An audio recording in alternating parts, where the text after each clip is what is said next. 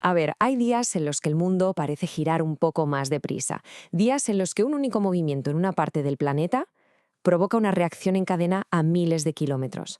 Pues bien, hoy vamos a desgranar uno de esos días, un auténtico torbellino de 24 horas que tuvo de todo: avances diplomáticos, tensiones que no paran de crecer e impactos económicos que al final lo conectan absolutamente todo.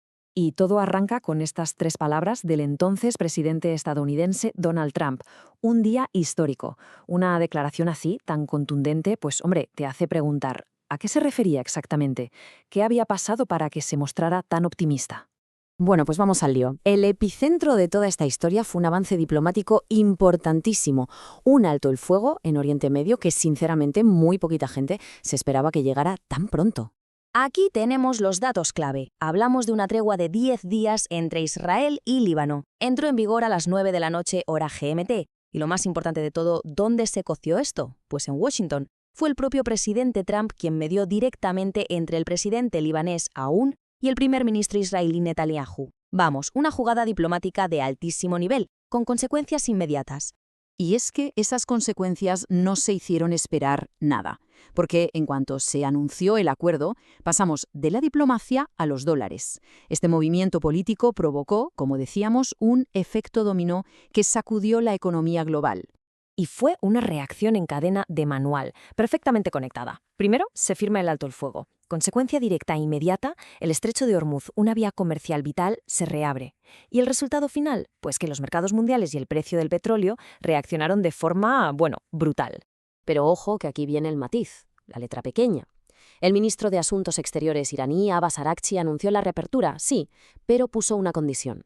Los barcos tendrían que pedir permiso y seguir una ruta coordinada. ¿Esto qué nos dice? Pues que sí, hay un alivio, pero es un alivio condicionado. Irán sigue teniendo un control muy importante, un recordatorio de que las tensiones de fondo, esas, no habían desaparecido. ¿Y cómo se tomaron los mercados esta noticia? Pues así. El Dow Jones se disparó más de 1000 puntos. Una auténtica barbaridad. Una subida que refleja el gigantesco alivio que supuso la noticia para la economía mundial.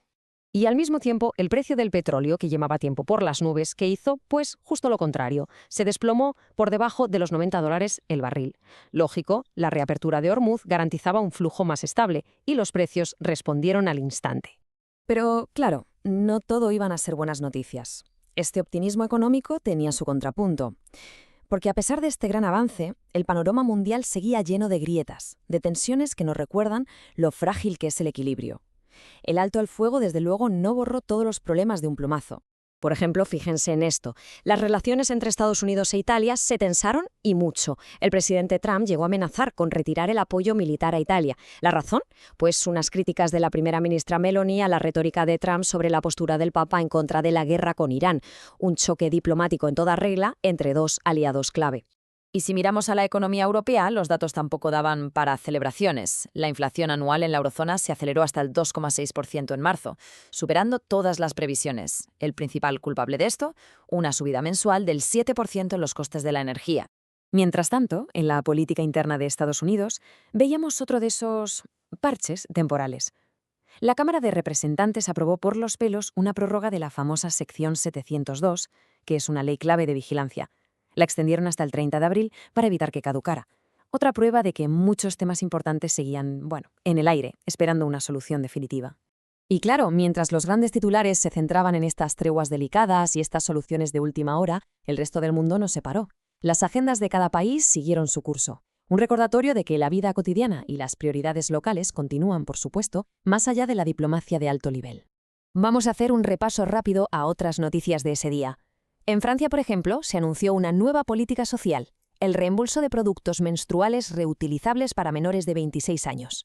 Saltamos a Estados Unidos. El aeropuerto O'Hare de Chicago se preparaba para reducir masivamente sus vuelos para intentar atajar los retrasos. En Myanmar, el presidente depuesto Win Myint era liberado en una amnistía por el Año Nuevo. En Filipinas, una redada de alto riesgo acababa con la vida de 10 militantes del grupo Maute. Y de vuelta a Washington, la Casa Blanca preparaba una orden para investigar la ibogaína como tratamiento para veteranos de guerra. Ya a la vez se producían otros movimientos económicos muy significativos. El Fondo Monetario Internacional reanudaba sus tratos con Venezuela después de 6 años de suspensión. China y Turkmenistán empezaban a trabajar para ampliar el segundo yacimiento de gas más grande del mundo, y un petrolero surcoreano lograba usar por primera vez y con éxito una nueva ruta alternativa en el Mar Rojo. Entonces, después de este día tan convulso, ¿qué conclusión podemos sacar?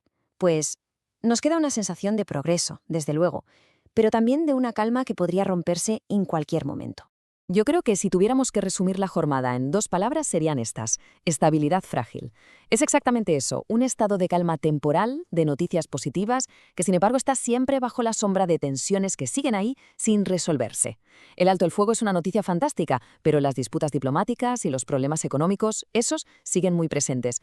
Y todo esto nos lleva a la pregunta final, la que queda en el aire. Ha sido un día de alivio, sin duda, pero con todas esas tensiones todavía latentes, ¿estamos viendo un verdadero punto de inflexión en la geopolítica mundial o es simplemente una pausa temporal antes de que estalle la siguiente crisis? La respuesta, como casi siempre, solo el tiempo la dirá.